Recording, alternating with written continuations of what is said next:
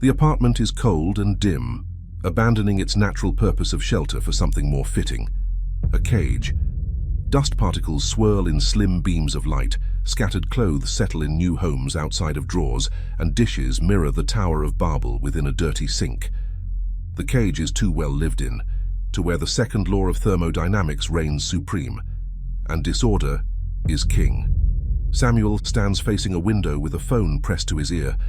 The city has received threats for weeks. There are more military and police on the streets than there is concrete. Promise me that you'll stay inside. From his window, Samuel watches a motorcade strapped with police cars and tanks roll down a barricaded street. It's been 3 weeks without fresh air. If there is an attack, would staying inside even make a difference? Promise me, Samuel. He gazes at the sun bullying its way through clouds above neighboring buildings. He yearns to feel its heat beat down on him, to feel the wind clash against his skin. I promise, Mom. I gotta go. Love you. Samuel sinks into a sofa, caressing his jaw with his right hand, a tic he adopted from the restlessness of being trapped indoors. He stares at keys laying on top of a brown wooden table by a window with its curtains drawn. He's caught in a mental tug-of-war. Minutes crawl by as they always do in isolation. His grip of the rope loosens, and he walks over and grabs them. For a moment he hesitates, hovering his hand over them like a drone. A torrent of light flows through the window. It illuminates his face after an overbearing cloud dances past the sun. The warmth, combing through his skin, is too tempting to deny. He grabs his keys and heads out the front door. A chorus of wailing police sirens and the mechanical clunking from tanks grinding down streets erase the traditional cityscape sounds. Soldiers clad in state-of-the-art military gear and police officers draped in all-black uniforms choke the sidewalks with unrelenting patrol. Their eyes lock on every nervous pedestrian that scurries past them. Samuel walks past 2 officers and enters a supermarket, too hypnotized by the fresh air to notice their perplexed expressions. A strange red light prancing behind clouds locks the officers into a trance. One after another, the sidewalk balloons with more officers, civilians, and soldiers with their heads cocked up toward the sky. The light expands. Suddenly, a spear of searing energy cuts through the clouds and slams onto the ground, incinerating everything in its path. The oppressive blast tears through the supermarket like a raging storm. Choking dust and debris forces out a violent fit of coughs, jarring Samuel awake from an unconscious slumber. Faint booms from explosions, the way thunder roars in the distance, are sluggishly replacing the ringing that pierces his ears. His blurred vision adjusts just for thick haze of bomb smoke to obstruct his sight. He wastes only a scornful second to regret ignoring the instinct that begged him to stay home. He hustles to his feet, fighting through coughs and body aches caused by the mysterious blast that ravaged through what is now a far cry from a supermarket. He stumbles through rubble and debris.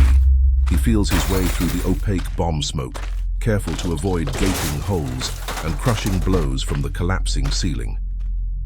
A beam of light spills from an open wound on the side of the building.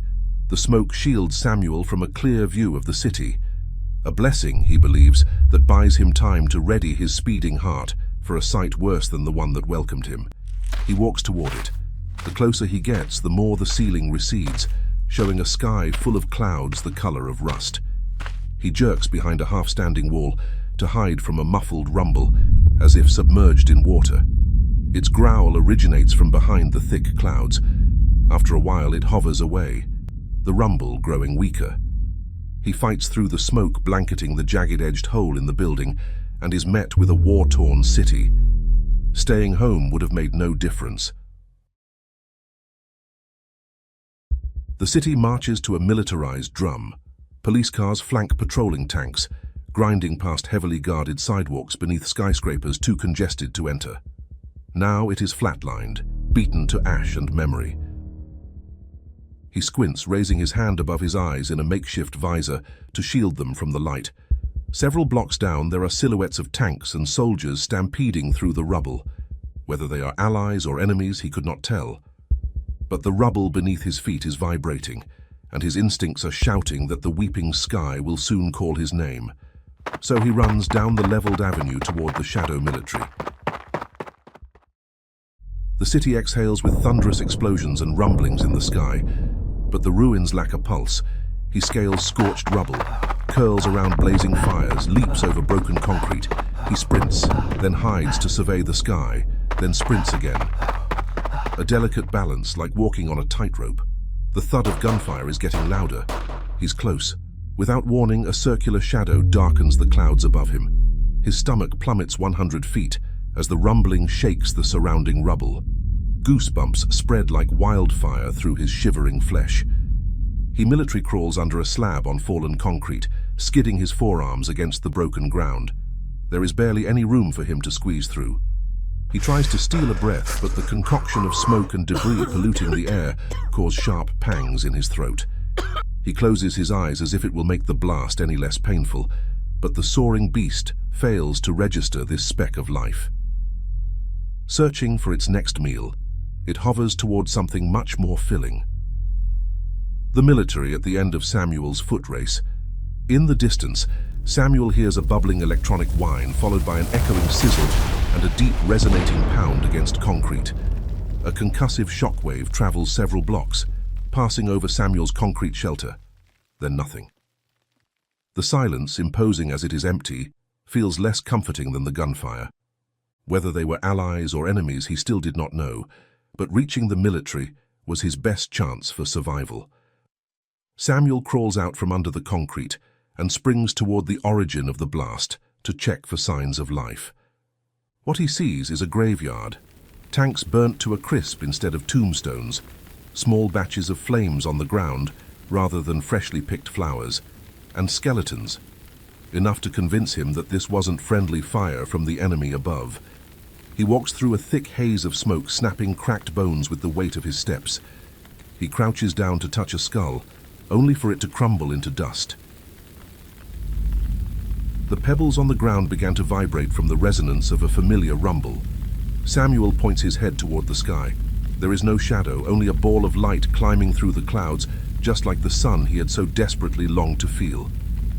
The light expands as the electronic whine plays through its melody. His instincts, the same ones that demanded he stay home, plead for him to run. Before his mind can persuade his feet, the black mechanical beast claws into his field of vision. The intensifying glow from the energy weapon brightens him and the surrounding devastation. His heart races. The strength in his body melts away. His eyes widen. Mom, there.